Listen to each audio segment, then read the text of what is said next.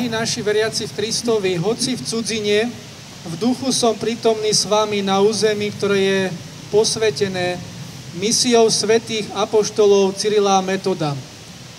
Archeológovia majú dve teórie, kde sa nachádzal historický Velehrad.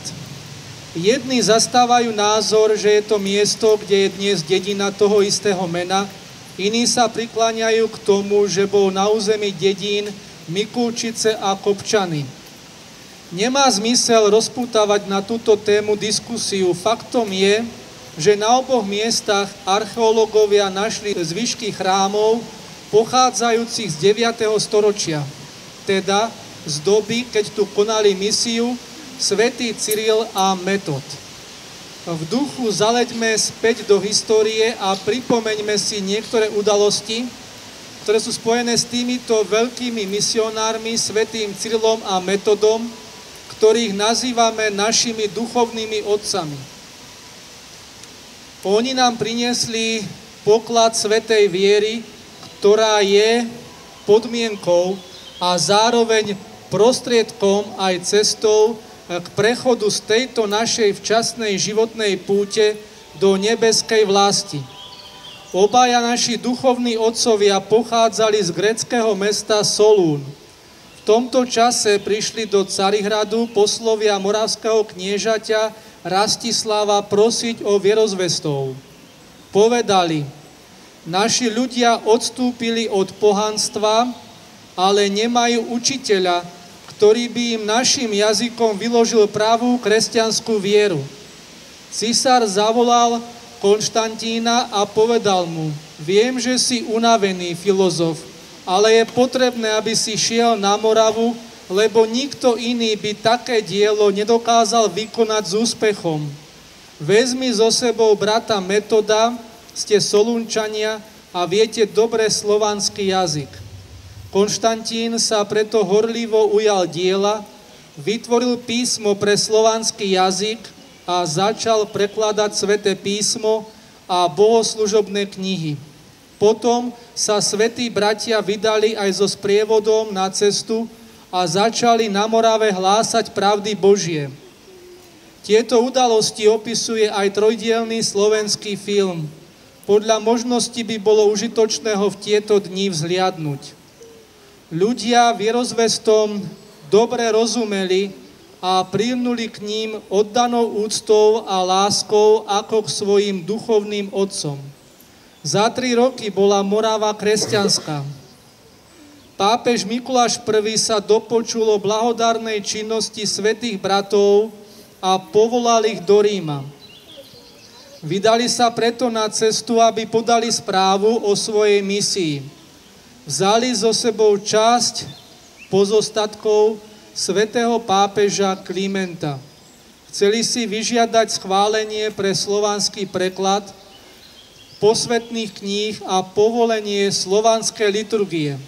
Než ale došli do Ríma, pápež Mikuláš I zomrel.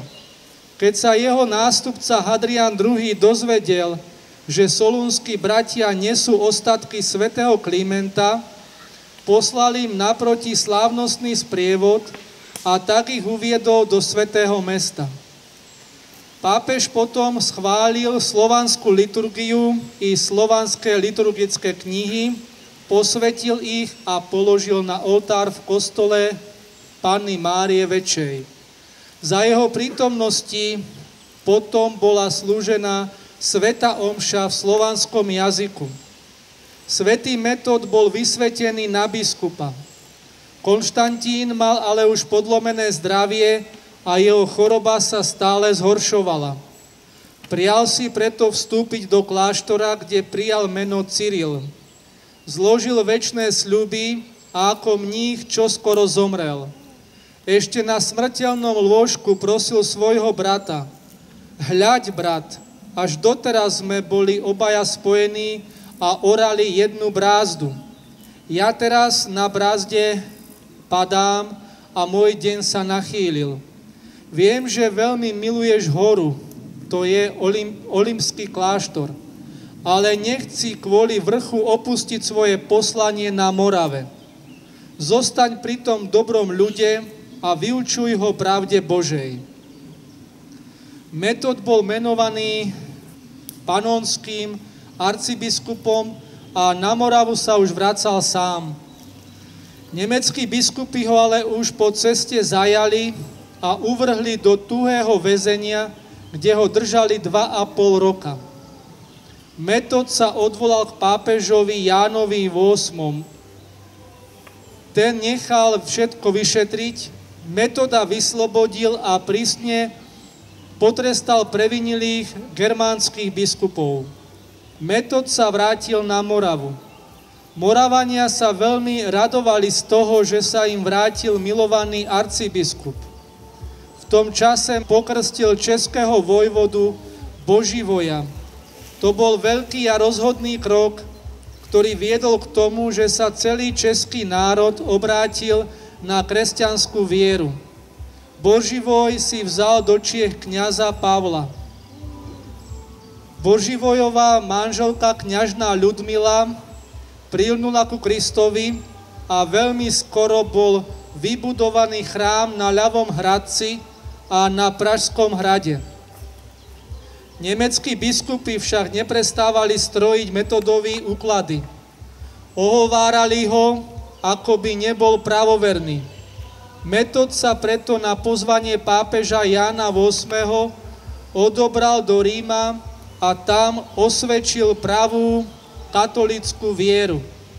Tiež presvedčil pápeža o prospešnosti slovanských obradov a doložil, že ich zavedením kresťanská viera zapustila hlboké korene medzi Slovanmi. Na žiadosť kniežaťa Svätopluka, ktorý už nebol tak viere naklonený, ako jeho predchodca knieža Rastislav, bol Nemec Viching vysvetený za nitrianskeho biskupa. Ten, hoci bol podriadený arcibiskupovi Metodovi, bol tvrdo proti slovanskej liturgii a bol nástrojom nemeckých biskupov a ich expanzívnych a politických záujmov. Biskup Viching strojil proti Metodovi úklady, falšoval pápežské dokumenty a usiloval sa o likvidáciu celej slovanskej misie.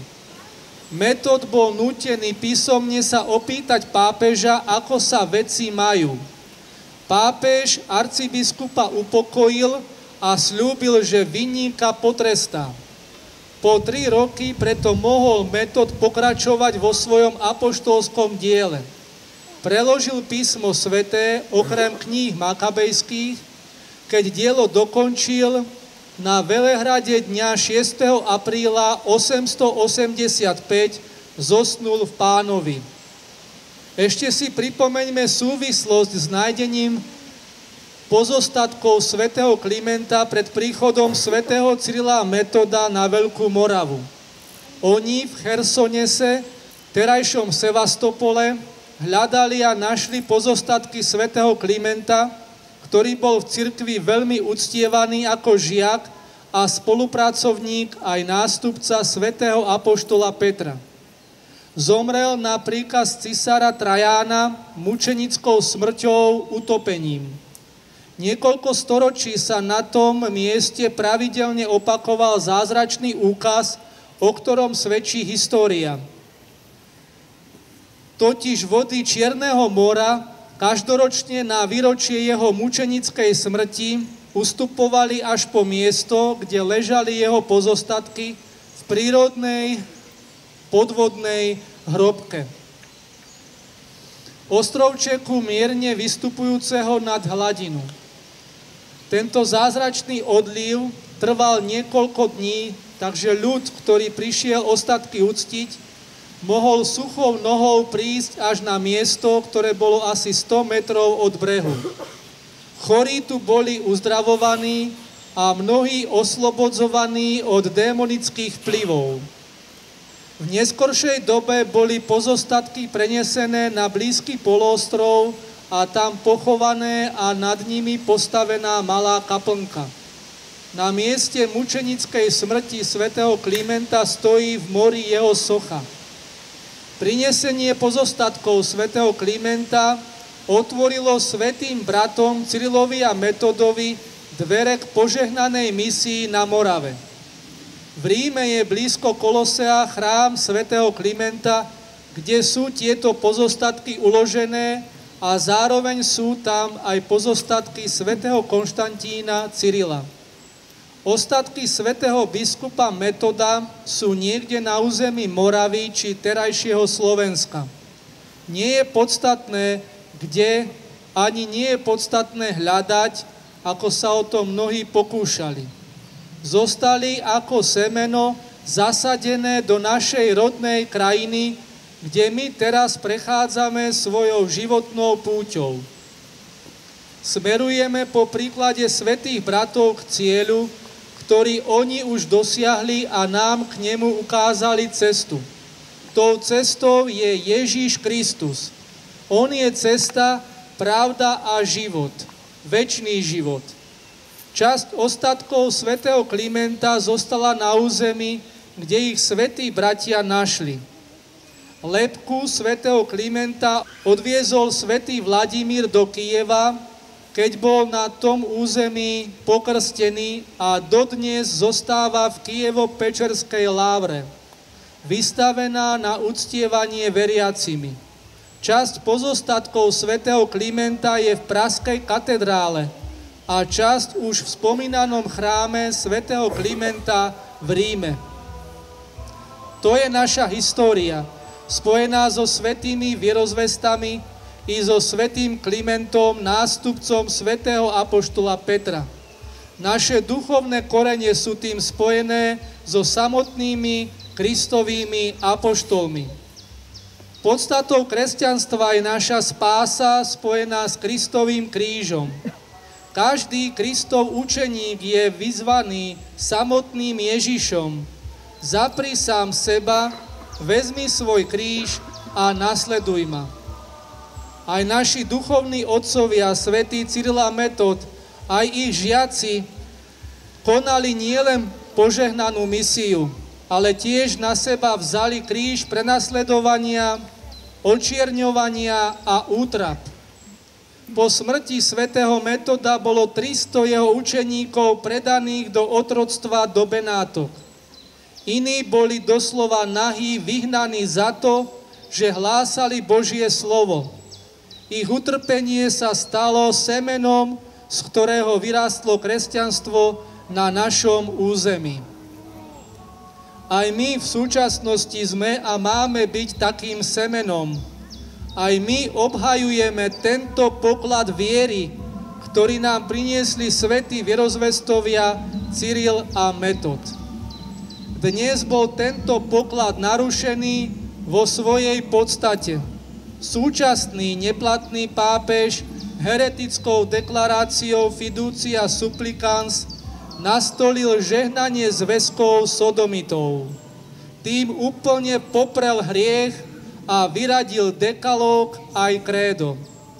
Postavil sa proti samotnej podstate kresťanstva.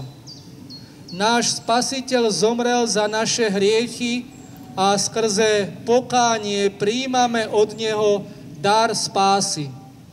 Legalizácia hriechu vyraďuje pokánie a popiera Kristovú spasiteľnú smrť na kríži za naše hriechy. Je to cesta zrady samotného Krista. Vzbúra proti Bohu Otcovi a rúhanie i hriech proti Duchu Svätému. Je to cesta do večnej záhuby. Je bolestné, že českí a slovenskí biskupy v tzv. KBS a ČBK na rozdiel od biskupov Maďarska a Poľska prijali túto zradu a zriekli sa aj za svoje národy spasiteľnej viery, dedičstva otcov. Tým stiahli prekliatie na celý slovenský a český národ. Toto sú udalosti posledných týždňov. Prostí katolíci nie sú schopní túto pravdu akceptovať. S tým súvisí aj pravda, že títo katolícki biskupy, kňazi, ktorí sú vo vnútornej jednote s heretickou fiducia supplicans už neslúžia liturgie platne. Vzbúra proti Bohu cez fiducia supplicans zvoláva na celý svet katastrofu. Preto je dnes najaktuálnejšou úlohou vyznávať pravú vieru, ktorú nám priniesli svätý Cyril a Metod. Tá jediná otvára nebeskú bránu a prináša spásu. Túto vieru sme si zachovali a bránime, aj keď sme pod veľkým tlakom. Máme o nej svedčiť aj svojim životom. O tejto viere svedčí aj bývalý pápežský nuncius v USA Carlo Maria Vigano, ktorý bol tieto dni ostentatívne tzv. Exkomunikovaný. Samozrejme, taká exkomunikácia je neplatná, pretože ju udeľuje zjavný heretik, a to za arcibiskupovú vernosť Kristovi a jeho učeniu. Súčasná situácia nás núti k duchovnému boju. Mnohí ste dnes dopoludnia podporili našu pravidelnú manifestáciu pod heslom Obnova rodiny, vzkriesenie národa. Svojimi modlitbami ste sa tiež zaslúžili o prelomenie zdravého politického prúdu na Slovensku aj zázračnej záchrany pred smrťou jeho hlavného predstaviteľa, ktorý sa postavil proti deštruktívnym vplyvom, ako je rodová ideológia a ďalšie. Modlitba je dnes mimoriadne potrebná. Nezanedbávajte sväté hodiny ani svoje modlitbové stráže a snažte sa dodržiavať krátke modlitebné zastavenia počas dňa. Zvlášť vo svätých hodinách sa zjednocujeme a spoločne voláme k Bohu za seba, svoje rodiny, svoj národ i cirkev. Modlíme sa aj za to, aby biskupy Česka a Slovenska konali pokánie zo svojej zrady a prekliatie od našich národov bolo odvrátené. Ale modlíme sa hlavne sami za seba, za svoje rodiny, za svoje spoločenstvá, aby sme si v tomto čase skúšky zachovali svätú vieru, ktorú nám naši otcovia priniesli. Príde čas, o ktorom hovorí apoštol: beh života som dokončil, vieru zachoval. Buďme si ale vedomí, že máme zodpovednosť nielen za spásu svojej duše, ale aj za to, aby sme poklad viery odovzdali neporušený našim potomkom. Je to dedičstvo otcov, svätých Cyrila a Metoda. Preto tiež obzvlášť v tento deň úpenlivo prosíme: dedičstvo otcov zachovaj nám, Pane.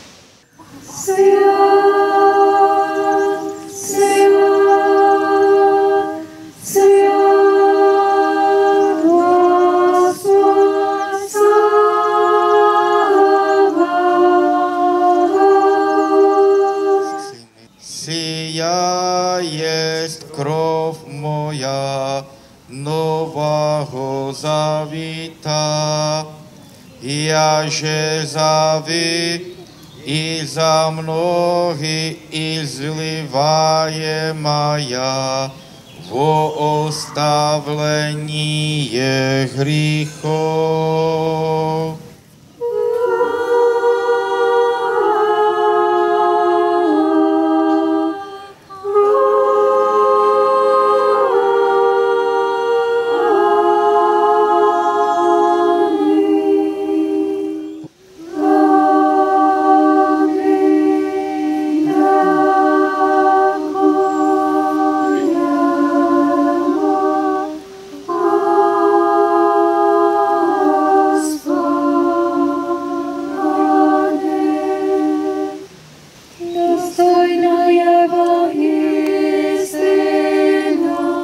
Veličate Blažená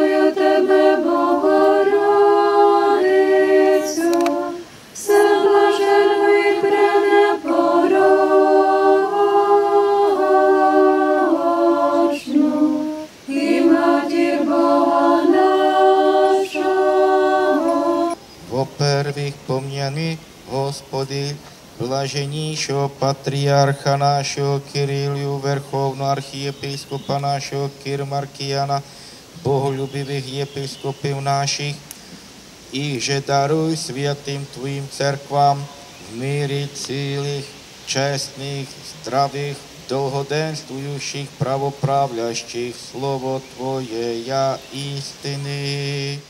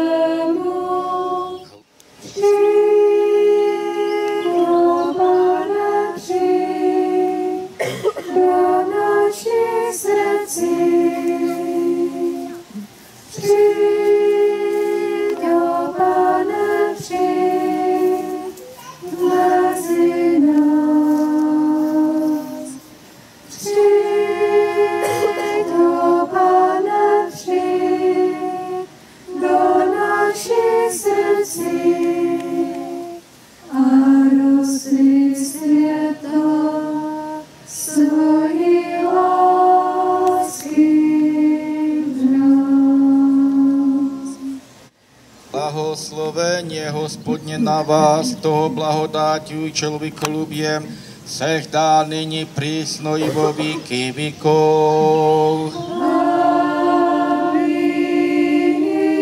Sladáš, Hospody, mír, zdravie, zdolenstviem našemu patriarchu Ilji na mnohaja i sviataja lita.